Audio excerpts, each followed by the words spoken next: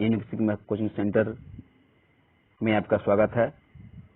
आज मैं भूगोल 9वें वर्ग का भौतिक स्वरूप एवं उच्च चवल नामक पाठ का लघुत्तरीय प्रश्न दिखाने वाला हूं, जिसमें सबसे पहला सवाल है, हिमालय के 3 समानांतर श्रेणी का नाम लिखें।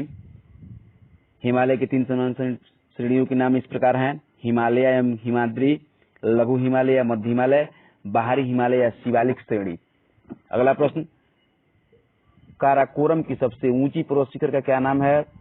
तो गाडविन, आल्स्टीन और गौरीनंदा। कौन सा तटीय मैदान अपेक्षाकृत चौड़ा है? तो पूर्वी तटीय मैदान पश्चिमी तटीय मैदान की अपेक्षा अधिक चौड़ा है। तटीय मैदान में स्थित 3 झीलों के नाम बताएं। लैगून झील, न्यू मंगलूर झील, कोची झील। पश्चिमी घाट पर्वत का दूसरा नाम सह्याद्री है। मध्यम गंगा के मैदान की 4 विशेषता बताएं। 4 विशेषता यहाँ बताई गई है। पहली विशेषता यह है कि पश्चिमी एवं यमुना नदी से होकर यह पूर्व में बांग्लादेश की सीमा तक फैला हुआ है। और दूसरी विशेषता यह है कि 1400 किलोमीटर लंबा है। गंगा का जो मैदान है वो इतना 1400 किलोमीटर लंबा है और इस मैदान के 3 भागों में बांटा गया और सबसे उपजाऊ भाग है। अगला 7 नंबर प्रश्न है, हिमालय और प्रायद्वीपीय पर्वतों के 2 प्रमुख अंतर बताएं। हिमालय और प्रायद्वीपीय पर्वतों के 2 प्रमुख अंतर इस प्रकार हैं। पहला, हिमालय में ऊंची पर्वत श्रृंखलाएं हैं, जबकि प्रायद्वीपीय पर्वतों में ऊंची श्रृंखलाओं का अभाव है। हिमालय पर सदा बर्फ दिखाई देता है, जबकि प्रायद्वीपीय पर्वतों पर बर्फ कभी भी नहीं जमता। खादर और बांगर किसे कहते हैं? गंगा के मैदान में जहाँ नदियों तथा पुरानी मिट्टी के द्वारा मैदान बनाए गए हैं, वहाँ नदियों के बाढ़ का जल नहीं पहुंच पाता है, उसे बांगर कहते हैं। जहाँ नदियों का जल नहीं पहुंच पाता है वह बांगर है, और जहाँ नदियां जो है हर वर्ष अपने बाढ़ का जल पहुंचाती है, वहाँ मिट्टी खाद युक्त मिट्टी को जो यहाँ ला करके पहुंचाती है, वह उस जगह को, उस क्षेत्र को खादर कहा जाता है। पूर्वी घाट तथा पश्चिमी घाट में अंतर बताएं। पूर्वी घाट और पश्चिमी घाट में अंतर आपको इस प्रश्न में दिखाया गया है और आप इसके अंतर को लिख करके आप इसे समझने का प्रयास कीजिए। और भूगोल के बारे में जानकारी प्राप्त करने के लिए आपको बहुत बहुत धन्यवाद। आप इसी तरीके से वीडियो को देखते रहिए और पसंद आए तो लाइक जरूर कीजिए। इसी के साथ अब हम लोग द्विगुत्तरीय प्रश्न देखेंगे।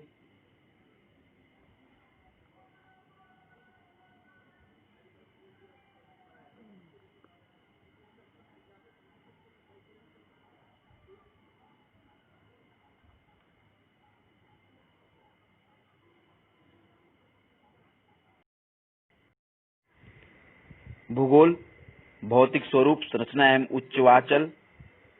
दीर्घोत्तरीय प्रश्न। दूसरा प्रश्न है, प्रायद्वीपीय पठार को विभाजित कर किसी एक की चर्चा विस्तार से करें।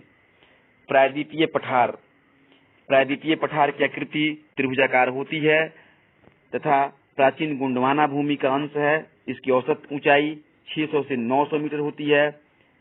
इस भाग के 2 प्रमुख भाग होते हैं, मध्य उच्च भूमि एवं दक्कन का पठार। मध्य उच्च भूमि, जैसा कि हमें मालूम है, मध्य उच्च भूमि का अधिकतर भाग मालवा का पठार कहलाता है, जो कि यह पठारी भाग पूरब में महादेव श्रृंखला और उत्तर में पश्चिम में अरावली और मध्य में विंध्य श्रृंखला से घिरा हुआ है तथा इसके पश्चिम में राजस्थान का मरुस्थल क्षेत्र है। यहाँ बहने वाली नदियां चंबल, सिंधु, बेतवा और केन है। ठीक है। अगला पैराग्राफ चेंज करके, छोटा नागपुर का पठार भी एक स्वस्त पठारी इकाई है। इसका विस्तार बिहार राज्य के गया जिला के दक्षिण सीमा तक है तथा इसमें बहने वाली नदियां दामोदर, सोन और स्वर्ण रेखा है। इसका पश्चिमी मध्यवर्ती भाग 1100 मीटर ऊंचा है, जो पात क्षेत्र कहलाता है।